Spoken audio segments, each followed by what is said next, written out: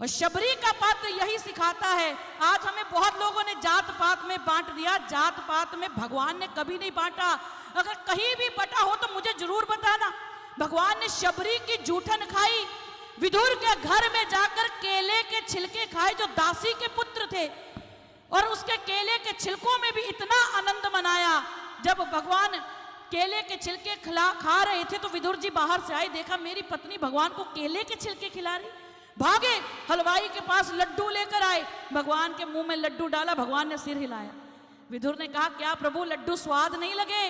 कहा मैं एक बात सत्य बोलूं, जितना आनंद मुझे विदुरानी के केले के छिलकों में आ रहा था उतना आनंद तुम्हारे लड्डुओं में नहीं।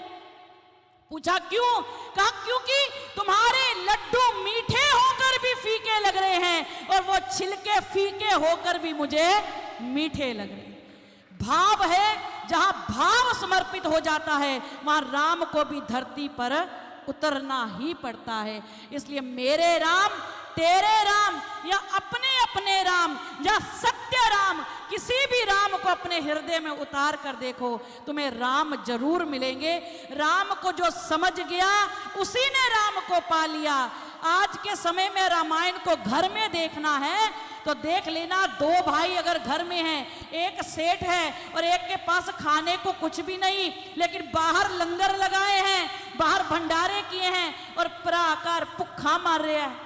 भाई घर में भूखा मर रहा है तो उस घर में रामायण है या महाभारत?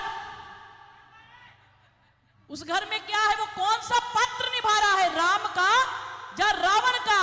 राम वो थे जिसने अपने भाइयों में भी समानता लाई, अपने जैसा बनाने का प्रयास किया, और रावण वो था जिसने अपने सके भाई को ही ठोकर मार दी। आज घर घर में आप रामायण देख सकते हो, घर घर में राम की चर्चा होती है, लेकिन राम को अपनाता कौन कौन है ये आप जानते हैं या हम जानते हैं। इसे रामायण को जीवन में उतारने के लिए, रामायण जैसा पात्र अपने जीवन में लाने के लिए, राम को हृदय में उतारने के लिए बस कुछ पंक्तियां जो मैंने लिखी थी वो जरूर आपसे कहूंगी कि रामायण को अपने जीवन में लाने के लिए, जहां उतारने के लिए, त्याग दी सभी ख्वाहिशें, त्याग दी सभी ख्वाहिशें, निष्काम बनने के लिए राम ने बहुत कुछ खोया श्री राम बनने के लिए।